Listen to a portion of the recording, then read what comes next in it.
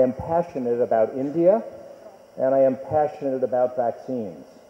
When my father was a boy, he received one vaccine. I received a handful of vaccines, but my children have now received more than a dozen. And vaccine science right now is at a very interesting and perhaps unprecedented juncture.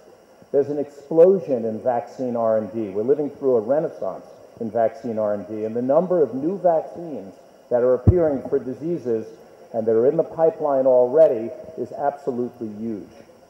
So these vaccines are set to contribute to really big further declines in child mortality and morbidity to allow healthy children to live their lives, their full potential, which is really what this is all about.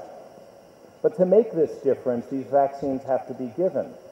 And it's really a shame that today India has more than a third of the world's unimmunized children. We clearly need to do better. This is an important equity issue, because if you talk to any wealthy Indians that I talk to, all of them have their children receiving the exact same vaccines as my children receive. But I must say there is a dramatic shift in leadership at the government and state levels, and I think people are really emboldened by the recent striking successes around polio eradication, and I think this is going to change. Now, in addition to this, we've never seen so much scientific innovation.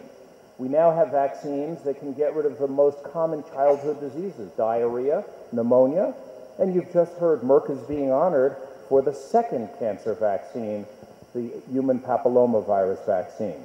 So it's a dramatic effect. This is a vaccine that protects women against cervical cancer. In the coming years, we hope to see vaccines against malaria and hopefully not too far in the distant future against HIV, TB, and dengue. Now, India's strong vaccine manufacturing capacity and the quality is absolutely essential to the world and to the GAVI alliance. It's clear that Indian manufacturers can produce vaccines that meet incredibly high quality standards, are appropriate to specific country settings, and are offered at lower and sustainable prices through a reliable supply over time.